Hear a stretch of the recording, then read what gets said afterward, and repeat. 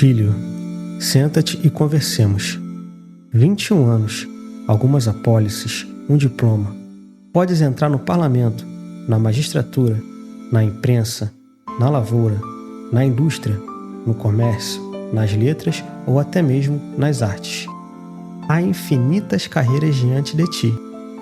21 anos, rapaz, formam apenas a primeira sílaba do nosso destino. Olá, eu sou o Gato Cult e hoje faremos uma breve resenha com algumas reflexões sobre o conto chamado A Teoria do Medalhão. Esse conto foi publicado pelo escritor brasileiro Machado de Assis no jornal Gazeta de Notícias em 1881 e fez parte do livro Papéis Avulsos. A Teoria do Medalhão é um dos muitos contos feitos por esse escritor, caracterizado pelo realismo.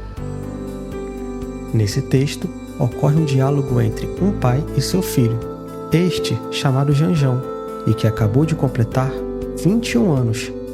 Vale lembrar que naquela época, essa era a idade que deveria ter para se alcançar a maioridade. Vale ressaltar também que, como outras obras do realismo, o texto é uma crítica à sociedade da época. Nele o pai aconselha que o filho seja um medalhão em qualquer profissão que ele escolha. Nesse conto em específico, a palavra medalhão é utilizada buscando o sentido de preciosidade, raridade ou algo com grande valor. A vida, Janjão, é uma enorme loteria. Os prêmios são poucos, os malogrados inúmeros, e com o suspiro de uma geração é que se amassam as esperanças de outra. Durante a leitura, podemos perceber que o pai de Janjão o estimula a ser uma pessoa querida por todos.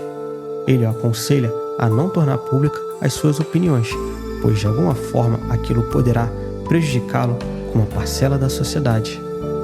Ele o aconselha inclusive a não desenvolver pensamentos críticos. Vou lhe dar um exemplo.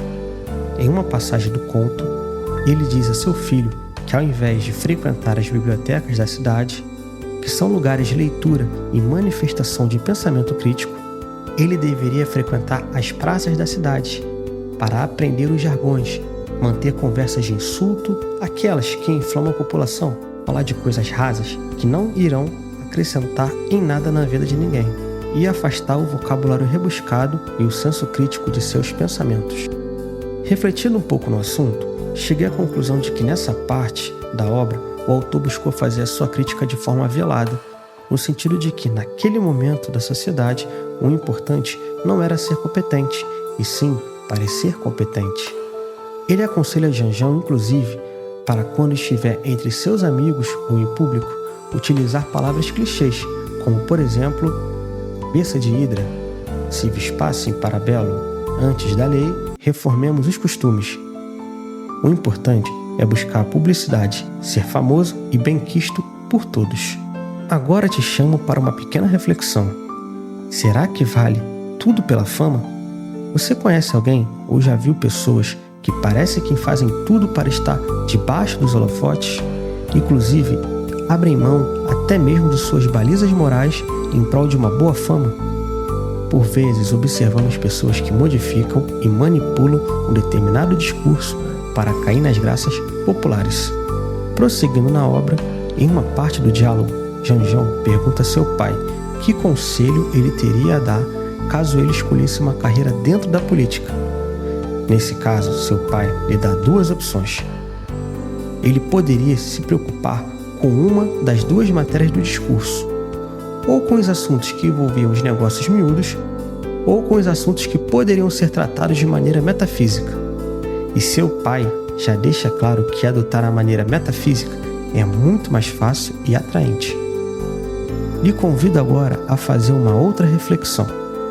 Infelizmente, vemos atualmente que algumas pessoas se apresentam como solucionadoras de todos os nossos problemas, apresentando inclusive métodos fáceis e revolucionários para resolver um determinado empecilho.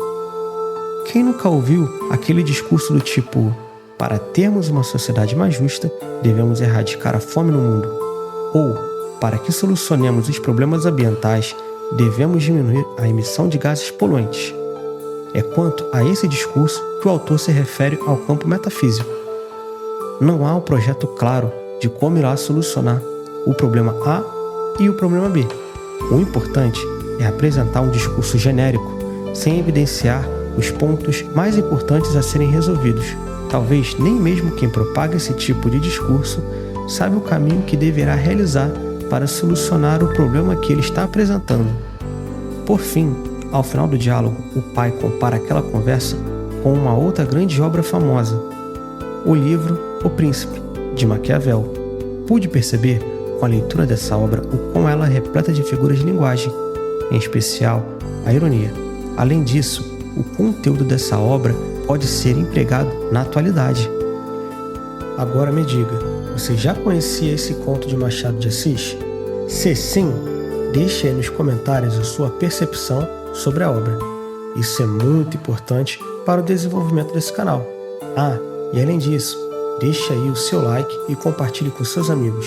Espero que tenha gostado dessa pequena resenha sobre o conto A Teoria do Medalhão e ainda tenha conseguido de alguma forma despertar sua curiosidade em ler essa famosa obra de Machado de Assis. Um grande abraço e até a próxima!